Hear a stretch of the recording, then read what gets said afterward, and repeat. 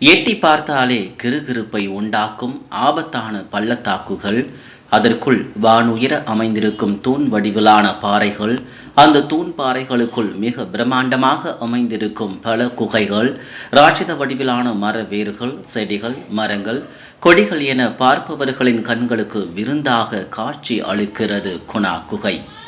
1992ஆம் ஆண்டு கமல்ஹாசன் நடிப்பில் வெளியான குணா என்ற படத்தில் இடம்பெற்ற கண்மணி அன்போடு காதலன் நான் எழுதும் கடிதமே என்ற பாடல் இந்த குகையில்தான் இப்படமாக்கப்பட்டது.